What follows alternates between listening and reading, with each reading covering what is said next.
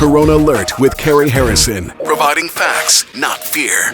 Carrie Harrison with you, and welcome to this town hall, this confabulation, this collective of smart people where we answer your questions now that you're shut in, locked down, quarantined. The whole soup, cat, and pizzas is under wraps, and many of us, after 5, 6, 7, 8 weeks, are just going out of our minds. Others, like me, I'm happy, but then I have so much to do. It's terrible. But if I didn't have a dog, I probably would be really seriously on the edge. I'm a very rare exception, but because of that, I'm able to bring this to you today. I want to introduce to you John Sovec. He's a therapist in private practice at Pasadena, California, who works with clients on career transitions, goal setting, and motivation. He's the clinical consultant for the Life Group LA, which is an adjunct, let me try that one in English, shall I?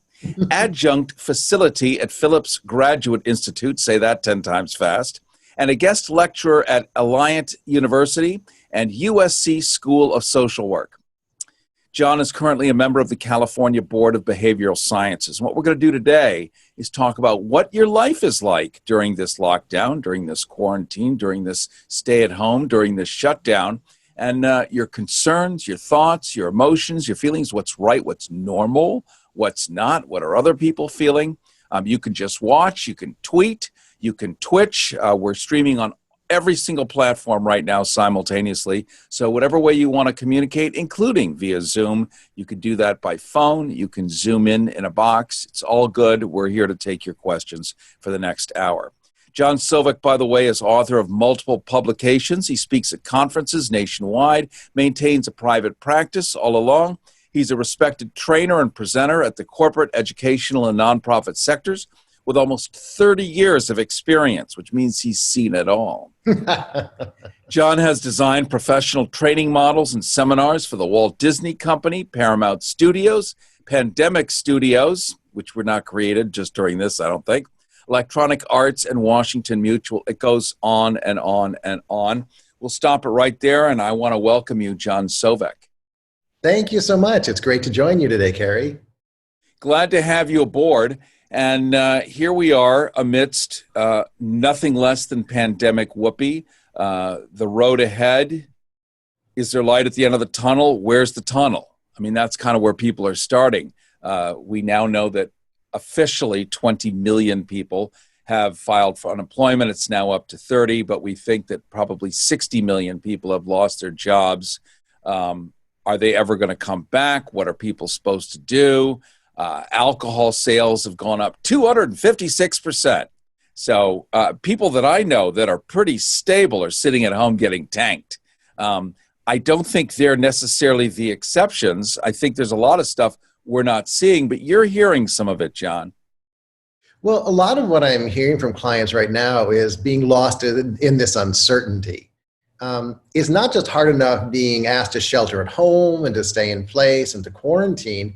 It's also the idea that there's no certainty. There's no end date in sight. There's no specific, if you do this till this specific date, we will be through with this pandemic and this experience of COVID-19. And that's really unsettling for a lot of people. So what is the average guy doing? He's at home, she's at home. She probably, maybe doesn't have work. I think people who do have work probably feel better. I know for me, I tried to get unemployment. Sorry, denied. Now, I'm not supposed to get denied, but I understand the state of California, which is where we're based, is overwhelmed. And at the time that I applied for unemployment, and I'm a gig worker, just like somebody who tap dances on tables or waits on tables or drives an Uber. We're not W-2 employees. We're also not necessarily 1099 employees. We're kind of the invisible workforce. I applied, and because at the time the state didn't recognize me as a human being, I got denied. I'm hopefully in for another round. I tried for a small business loan. I am not Wells Fargo. I am not Bank of America. I was not the first one in with a huge corporate account so that I could just call my personal banker and make sure that I got $500,000. I'm the regular guy here. Are you hearing a lot about that, John? Yeah. And Carrie, I'm going to recognize you as a person, even if the state won't right now. That's why I have you here today. There you go. And here's the thing that's difficult is people are all managing this in very unique ways. I have some people that I know that for them, the best way to manage their well-being is to just absolutely cocoon.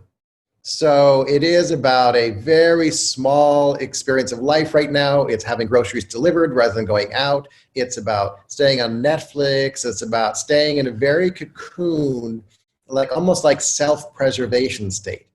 And then I have other people that I know who are all about they've ripped up their yards and planted gardens so that they're going to have vegetables to feed the neighborhood, for the next 10 years. And they are busy Zooming every 30 minutes to try and stay connected with people. And so I think that the experience is absolutely unique for each person. And what that does in some cases is it makes it impossible to say that there is a right way to quarantine. And I know some of the people that I've been talking to recently are feeling that pressure. Is there a right way to do this?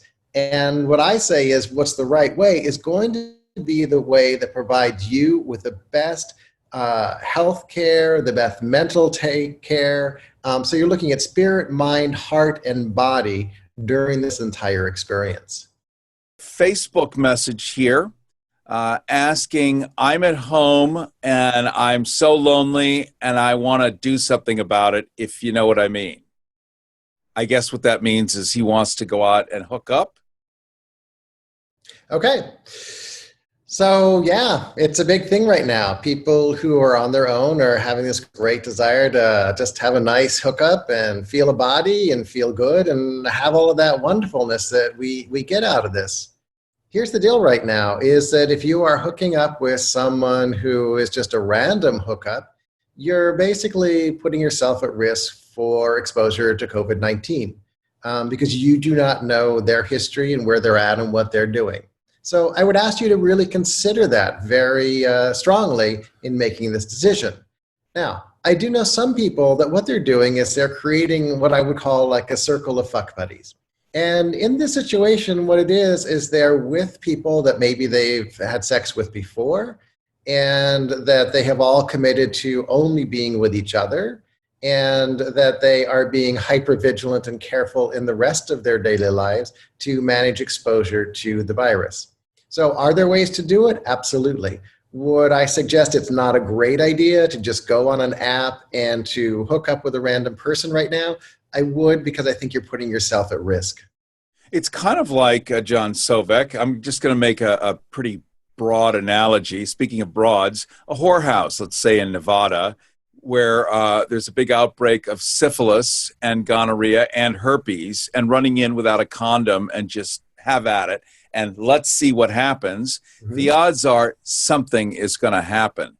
Yeah. And, to your point, because I like this idea of kind of a closed circuit jerkitude or whatever there might be available, is I have a friend who's an investigative reporter, and he's got one lung, and I work with him safely, so at a distance. But if I go out and have the life of Riley and decide, well, I washed my hands, it's got to be okay, as right. One other guy told me. Not that I was with, I'm not saying that. I'm saying one other guy who confessed to me that he was interfrasticating, that he was rumbusticating au flagrante, but he washed his hands. If I got it, I could then, let's say I were not presenting symptoms, I could then deliver it to my friend with one lung and he's curtains. So it really is about the public health. It's a social contract we have to wear our masks and behave. It's not because we're trying to be good kids. It's because it's life and death for maybe your grandmother. Mm-hmm. Well, the other thing too, that you used the word that your friend confessed to you. And I think it's unfortunate because these are very real feelings that people are having. So like the person who asked the question, it's a thing that a lot of us are going through. How do we connect? How do we find that feeling of intimacy and sexual connection?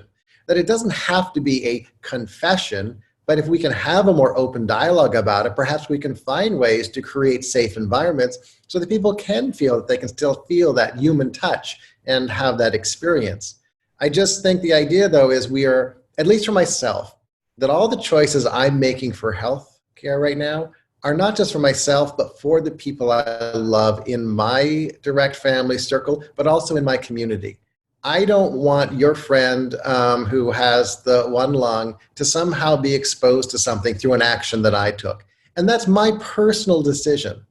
And I think us coming together as a community and making these decisions, and I'm going to call them wise mind decisions, where we're checking in with our wiser self versus that like sexual like monster that wants to come roaring out, that we can sit more comfortably with these decisions and really look at helping our community at large.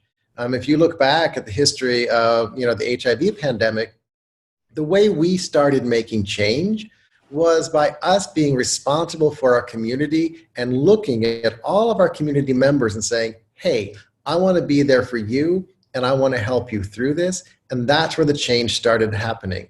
So if we can bring that sense of personal responsibility forward, we can create deeper connections and maybe come through the other side of this actually closer as a community. I agree. I see John Sovec, a lot of tighter friendships. Zoom has been an incredible gift. In the beginning, it seemed like, are you kidding? But,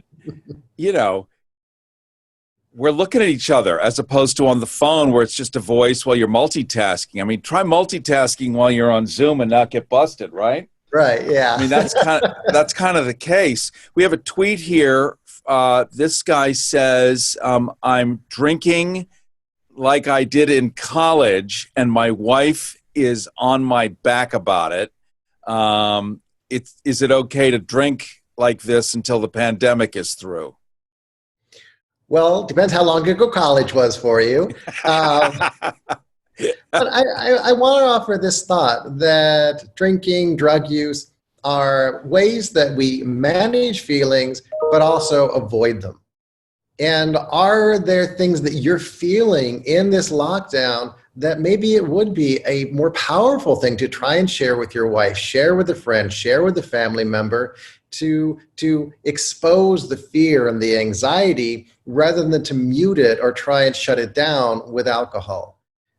There's a lot of conversation right now, especially people who are part of 12-step programs, that this is a really challenging time to manage those substance use energies.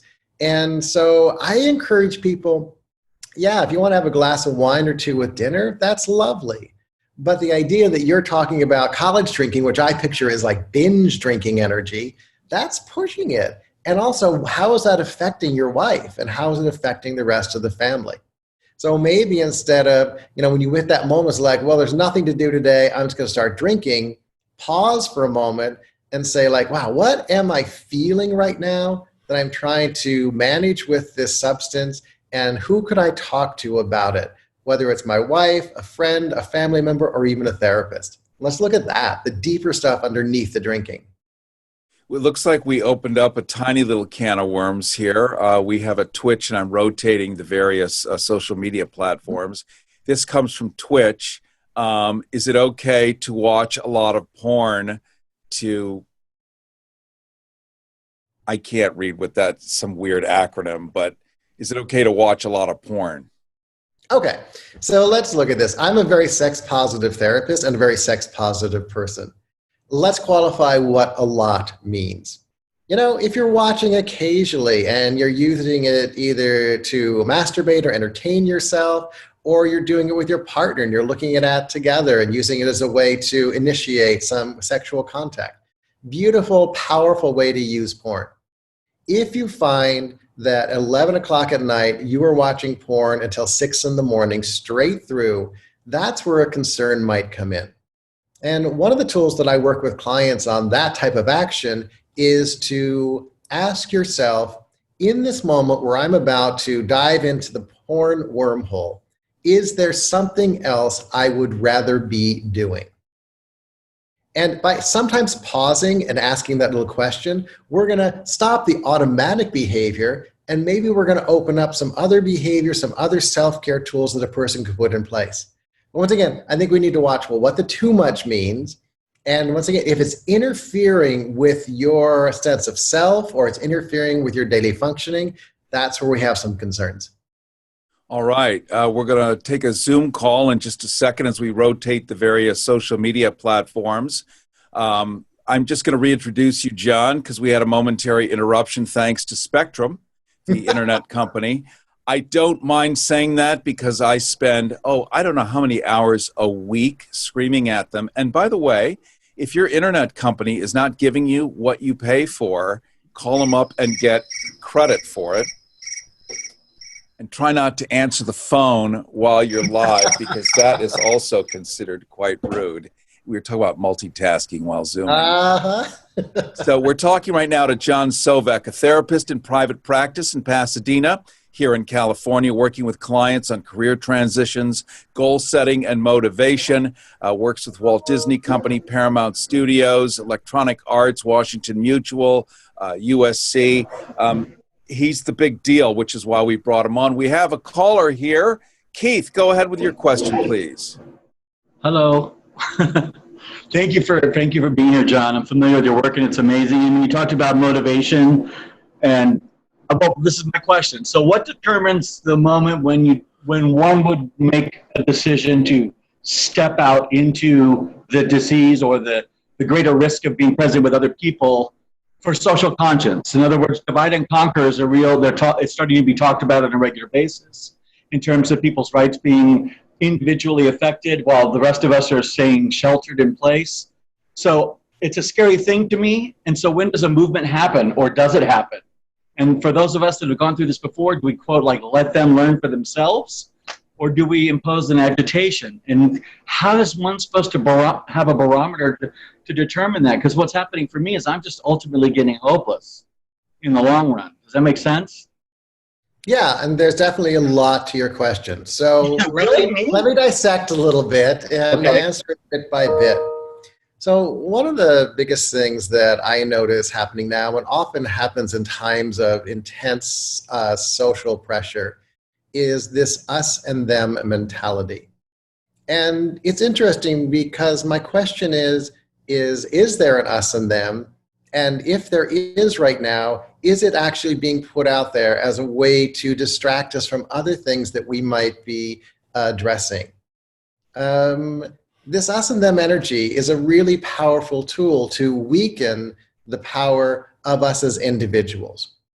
And going back once again to our walk through the HIV community, at the beginning of the pandemic, there really was very little to no support from outside agencies. And where do we find our answers? By being powerful and supportive of each other. I remember part of my work then was simply visiting hospitals and holding the friends of people the hands of people who were dying because everyone was afraid to be with people who were HIV positive in a hospital setting. So right now, for me, it is about how do I make the strongest personal decisions that have meaning for me and meaning for me as a member of my community. Can I take on every person out there and convince them of the rightness of my actions versus the rightness of theirs? I can't. And oftentimes when we try and have these deeper conversations with people or convince them of stuff, we tend to meet on a very mind-brain level. I'm going to tell you my facts. They're right. No, I'm going to tell you my facts. They're right. And it turns into this fight that's simply by us trying to convince each other in our brains. And what I suggest oftentimes is if we want to let people know, we need to connect on an emotional level. The feelings we're having, the things that are happening to us, and what those fears are. So part of our fear might be this idea that I want to keep myself, safer at home and to take health guidelines because my fear is that I'm going to pass it on to someone else, as Carrie was mentioning earlier. A fear of a person who's walking out into the community with no precautions at all might be a fear that's based on that their life is somehow become meaningless or that they are losing the power of themselves as a person. So if we can connect on what those feelings are, that's the potential where we can have conversations that might make change. And so that's an energy that I lean into very strongly. And I think it could be a powerful approach. For myself, it is about knowing that there are people that I love in my world, and I want to make sure that I'm keeping not just myself safe, but them safe as well. And that's my emotional core as I'm walking through this experience. Excellent, excellent. We're talking to John Sovec. He is a world-class therapist. I don't say that, but Walt Disney Company does, and so do a lot of other companies where he coaches and provides real guidance as to how to get from A to B, and that's where we all are today. How do I get to B? And I don't even know what B is. That leads us to a Facebook message. This is a lady in Miami who lost her husband to COVID-19 and was not allowed to be in the hospital when he died. And so she's grieving alone, and it's heartbreaking. Yeah, this is a really difficult thing. Because of hospital policies right now, oftentimes people who are getting ill are not allowed to have any types of visitors. And I'm hearing a lot of conversations people are having their last messages with loved ones over the phone, over Zoom, as they watch that person passing away. And that's a really, really difficult thing to process. Grief in any situation is really challenging. But when we have these barriers to being able to connect with, to love that person who's dying, it makes it even more challenging. For this woman, I would really suggest it would be a very important time to reach out to get some professional care and some professional help, because there are a lot of feelings that are coming up right now. And even if it's something as simple as like seeing if there is a support group online in your area that could help you with grieving, or having some one-on-one conversation with a therapist, I think it could be really important. For anyone out there, we are going through an intense grieving process right now on so many levels. We're grieving the loss of our personal freedoms. We're grieving the loss of people dying. We're grieving the loss of a feeling of basic safety in our communities. And we need to understand that right now as a way to ease up on ourselves a little bit and understand why these deep emotional feelings keep overwhelming us. And for a lot of people, also understand this may be affecting why you're not sleeping through the night or having really vivid and intense dreams. It's all this leftover emotional energy that's having to find a way to be processed in your body and mind.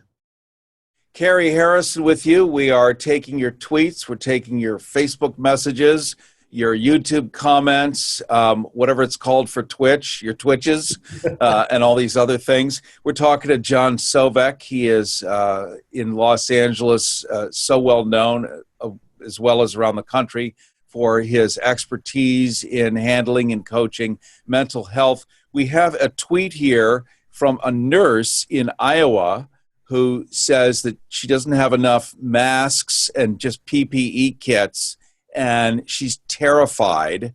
And how is she supposed to cope with this? I know that's not exactly an emotional question, though part of it is. So first of all, I send absolute amazing gratitude and blessings out to her for doing this frontline work. As a mental health provider, I am out there doing frontline work as well, and it's really intense and it's really overwhelming. And there are moments when I know for myself, I just kind of have that I don't know if I can do this anymore. And it's even harder when we find that we don't have the support of the world around us, not having, the proper type of protective gear. And what I would just suggest in this moment is understanding why each of us as healing people, caregivers, stepped into this profession. And it's not that we have to do it, it's that for a lot of us, we've chosen to do it. And what I would suggest is just find the pieces of equipment that you can to keep yourself safe. And if you don't feel safe, it is okay. And this is really hard for us caregiver people to say this. It is okay sometimes to say that I can't do it and I can't follow through on it. And that is one of the hardest things for anyone in any of the caring professions, is to sometimes step back and put our self-care and our needs ahead of our clients and patients. Thank you. Here's a YouTube comment. It's kind of long, so I'm going to synthesize it. Our civil rights have been taken away. It doesn't look like they're coming back. Even with the virus out there, shouldn't we go out and fight for whatever we have left? So, it's really interesting. If you remember earlier on, I talked about this us and them mentality. And this idea of creating black and white thinking about there's one way or there's my way or the highway can be a really dangerous thing for any of us to sit in. And what I would suggest is our rights haven't been taken away, they've been altered. And what we might need to do as individuals is understanding what that alteration is and how it affects or influences our place in our community. There's a type of therapy called Adlerian therapy. And in it, the idea is that we are healthiest when we are connected into a circle of friends, family, and community. And so right now, this idea that we're in lockdown or our civil rights are altering makes us feel like we are unplugged from that bigger picture that a lot of us crave and feel like we should be involved in. And what I suggest is find the places where you are still connected and understand that as part of your commitment to your well-being. So once again, not that things have been taken away, that they've been altered, and they're being altered for a very powerful reason right now. And we, at least for myself, and once again, I want to speak from that place of the I am making these choices because I am very connected to my community and I care about the well-being of that community on a very basic health level. Here's one from Twitter Periscope. How can I trust the president anymore after what we're seeing every day? So I want to go back again, and this is partially because I've had experience of living and working through a pandemic in the past. And this has to do with the HIV crisis once again. What we looked at there was we had a period of the first 4 years of the pandemic, the HIV pandemic, where the government wouldn't even say the words HIV or AIDS out loud. 4 years in, Ronald Reagan finally spoke the words out loud after the death of Rock Hudson. So this idea that somehow we are supposed to depend on these outside agencies to be the ones that fix everything for us, I think is a shift that we might want to look at for ourselves. Once again, ideas of community and connection. I'm a baker. I love to bake. Right now I'm baking a lot because it's part of my management of my emotional self. If I ate all of that, I would probably be putting on a lot of weight, ruining my blood sugar, and getting unhealthy. So when I bake, what do? I find ways to deliver to neighbors. I find ways to deliver to friends. We did a really cool birthday thing for a friend the other day where I delivered to their porch and then went back to the car and they got their birthday cake. So rather than depending on these outside agencies to be the things that make our change, let's find ways to bring it down to a community level, which we know from past experience is one of the most powerful ways that we can manage our own well-being. Thank you for that, John Sovec. Last night, I was talking to a dear friend about this emotional constipation that we all have. Like, well, what am I supposed to do down here, this little lone mosquito buzzing around in a massive room? You know, what power do I have? What sphere of influence do I have? We saw earlier, just in this broadcast, the internet went out for a moment, and that all this power, poof, gone, flattened, just like that. And he had a really good point. And so, you know, I was thinking, well, the only thing we've got is our creativity and the fact that we can be the solution or we can do nothing. If we do jack shit, it just gets worse. It just piles higher and deeper. And part of being, I guess, a good citizen or a responsible grown-up is that, you know, we're smart. A lot of us are pretty smart and creative.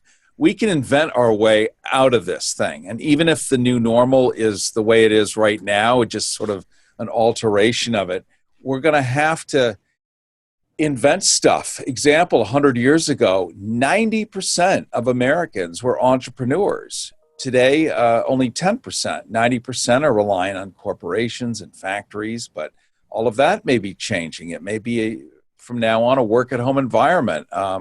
You know, you wonder, are corporations going to want to pay for a second home. And when I say that, we don't think about when you commute, I'm going to commute to go to work, Right. to be in my second home that they're paying for. And then they're giving me coffee and a salary, and I gossip and I get lunch, and they're going to pay for my broken leg. Companies have now learned they don't have to do that anymore. Mhm. And a lot of them are probably not going to want to restore that. So now what? And I know you can't augur the future. I can't either. But faced with that dilemma, a lot of people, as you so rightly said, John Sovec, they cocoon. I want to do the same thing. Just get under the covers and wake me in about 10 years when it's all over. Right. But that doesn't really work. But Carrie, here's the thing. I will let you cocoon for a day, maybe 2 days. But eventually we do have to open the curtains and look out and see the world around us. There are a lot of people that are talking about this time as like caterpillars and butterflies. And it's really fascinating. People use that metaphor. They look at the idea that the caterpillar builds this cocoon around it, and then how many days or weeks later it comes out as this beautiful butterfly. But here's the thing people forget. While the caterpillar is in that cocoon, it actually completely disintegrates down into this goo.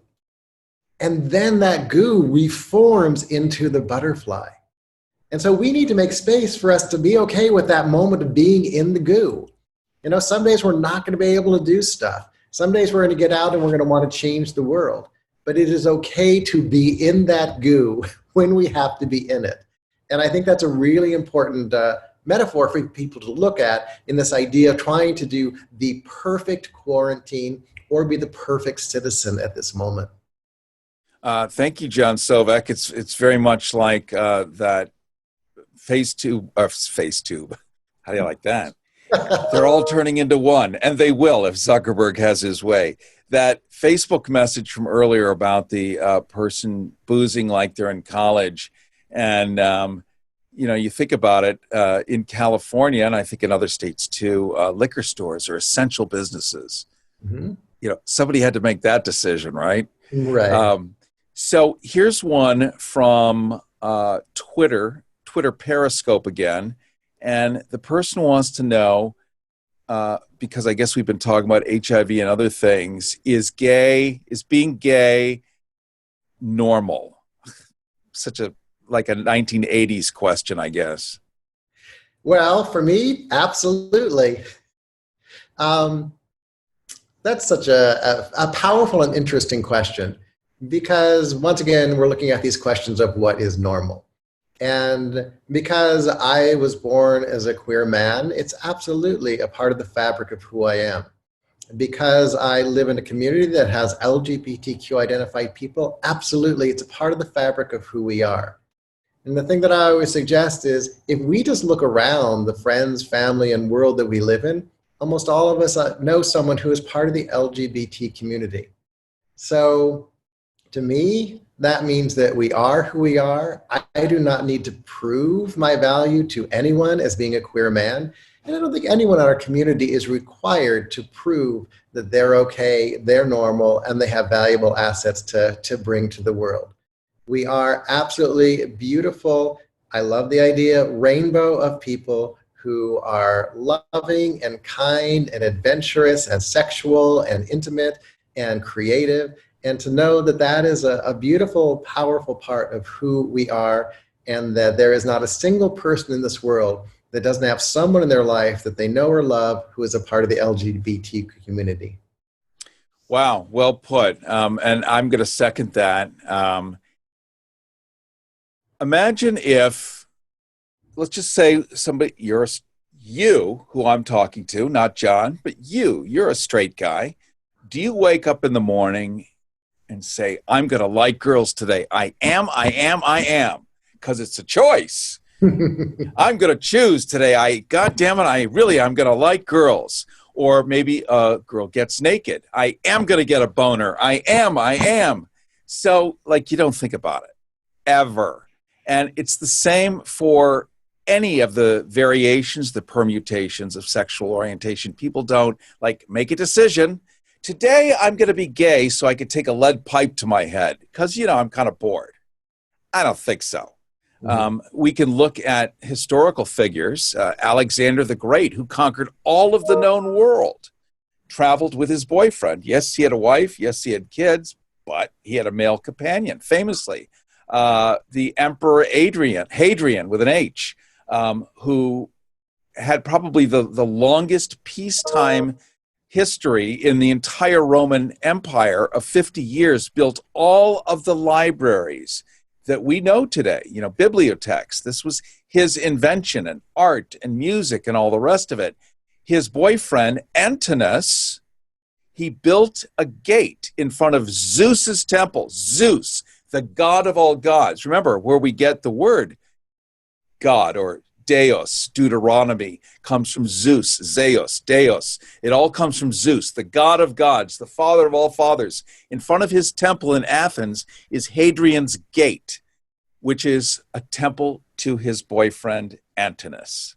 And there it is, right in front of Zeus's temple. Are the Greeks out there chiseling it down, throwing hand grenades at it, marching around? No way, because it's part of human nature, as it always was for the ancient Greeks, as it always has been throughout human history. Only until, I think, the late 1800s, and John, you could speak to this, when Sigmund Freud and the New York Times, within 30 years of each other, started to use the word homosexual. It then became a thing that you could label, you could categorize it, you could make it illegal officially, rather than just this vague sodomy, which, by the way, is also boy-girl blowjobs.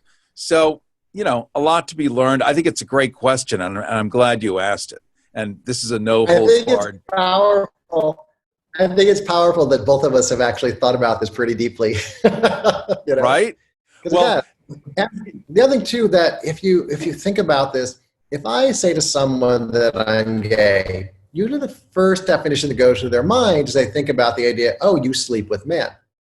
And that is just a small portion of who I am as a gay man.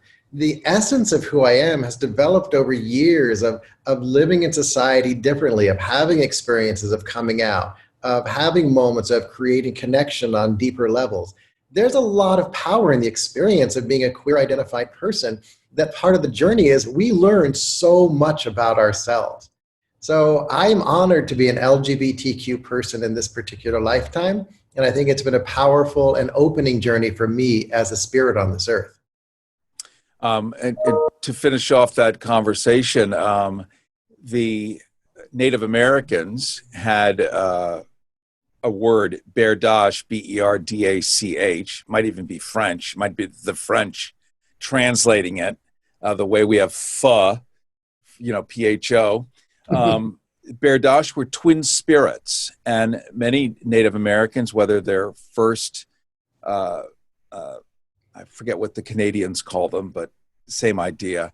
The original inhabitants of these various countries all seemed to, without necessarily communicating with each other, no phones back then, they all came to the same conclusion that these people have twin spirits. They're fully male, they're fully female, and then there's sort of which makes a third gender or a twin spirit.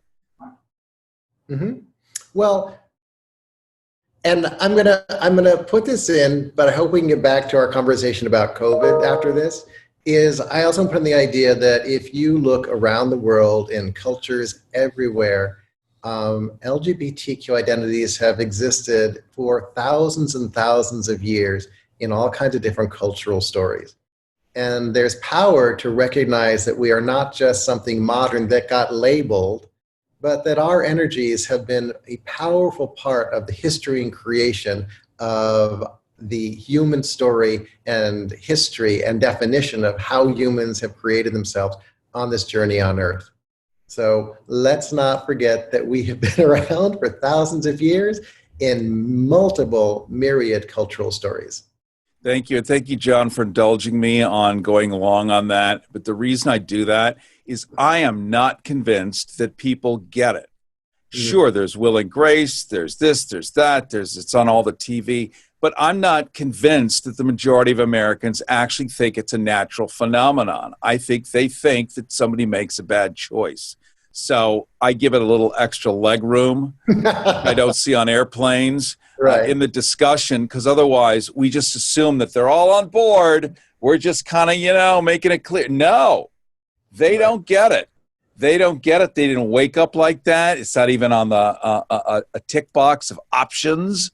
And if they're not having that option, how could anybody else? So I think we've offered at least a little bit of glimpse into some human schooling here. Let's go back to COVID, as you recommend.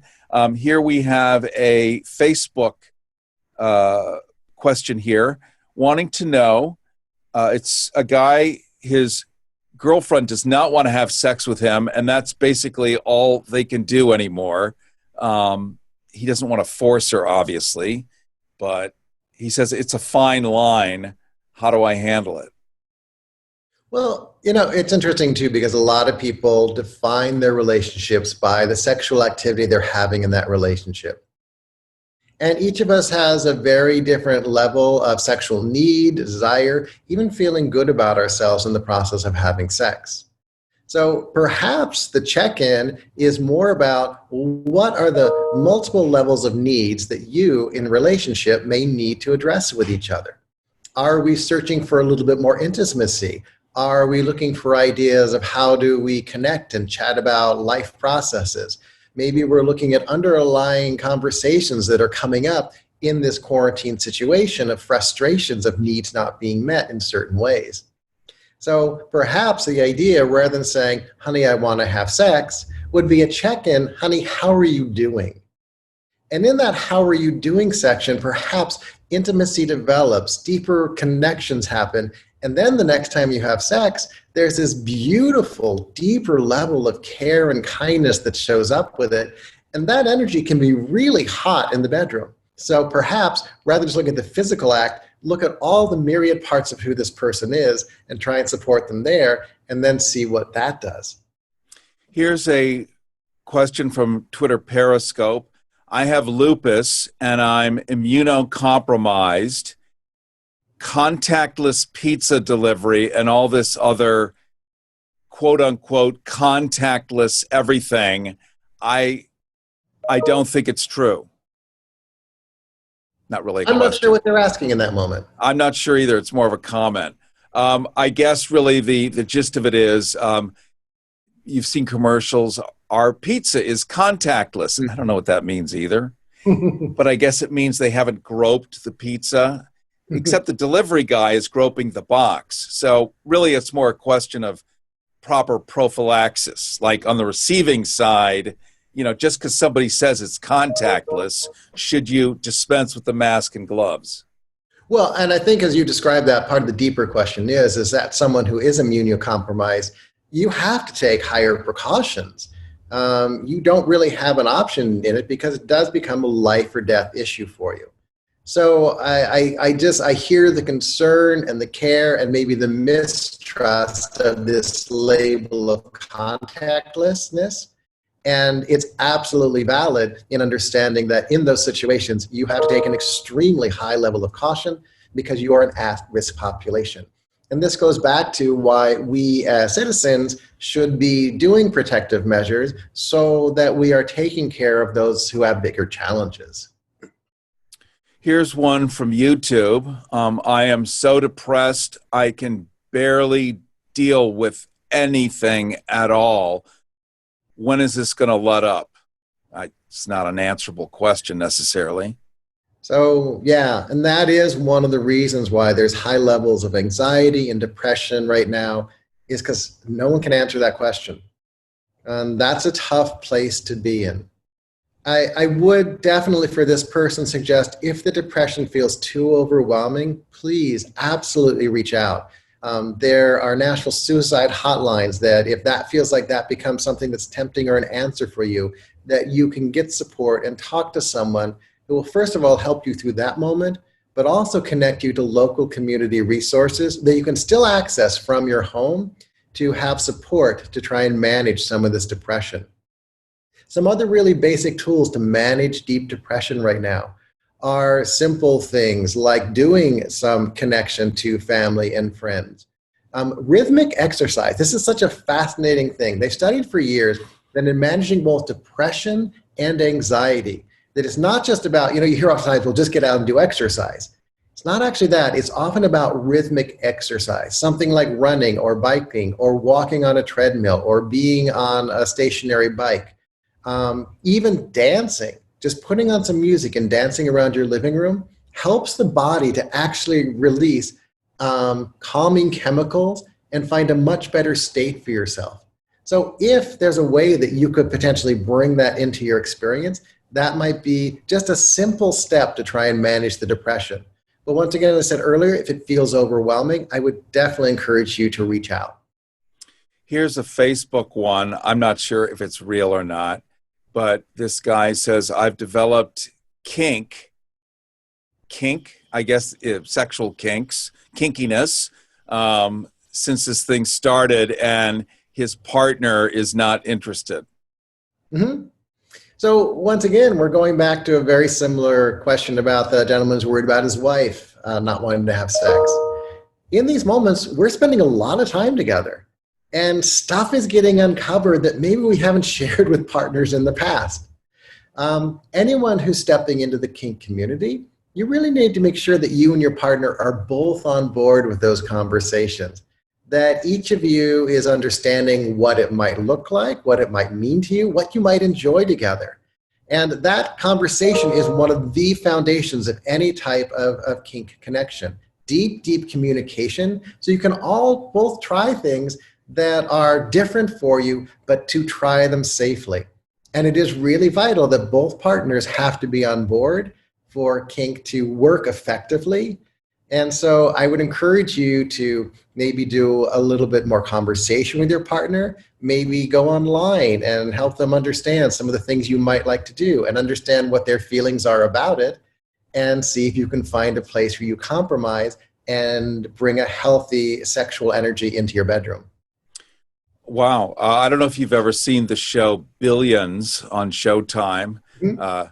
Have you seen it before, John? Yeah. Yes. So, these high-powered guys need the ball gag and the wife to dress up in leather and whip them, and dominatrixes and all that. And this is just a personal question, because I don't have kink. I do have one kink, one fetish. You must be clean. Take a shower. But so I don't fully understand it. But is there some insight into what compels people to take pleasure from humiliation or pain? Or maybe I just see it as humiliation and pain. They see it as something entirely different. Well, the conversation about kink is a deep conversation. We could have a whole conversation just about the kink world. But if you think about it, it's a way to absolutely let go of having to be in control of a moment or a situation. And that letting go of control can only be created by deep levels of consent and communication. But there's something really empowering about this idea that somebody else is completely in charge of a moment. You have absolutely no responsibilities whatsoever. And that can be really exciting for some people if they've got a lot of pressure and responsibility. And once again, the connection is these deep levels of consent and communication. On a TV show like that, what do they show? They show the most salacious versions of it. But to actually have an experience like that with a trained dominatrix, you're going to have a really intense conversation about what's going to happen under the aspects of their visit. So it's not just something where all of a sudden you take this equipment and you do this. There's a really powerful and exciting way to step into this world. I love it. Okay, well, that opens up a door of opportunity for me. It's a small door, but at least we know it's there. We have a couple more, and then we'll wrap it up. And I want to thank you and just reintroduce you. John Sovec, therapist, private practice in Pasadena, California, who works with clients on career transitions, goal setting, motivation, guest lecturer at Alliant University at USC School of Social Work, and a member of the California Board of Behavioral Sciences, works with Disney, Paramount, and a bunch of other big companies to help guide employees and whole systems into better functioning, which is why we have him on today. This is a Facebook question, and it goes back to something we were talking about earlier.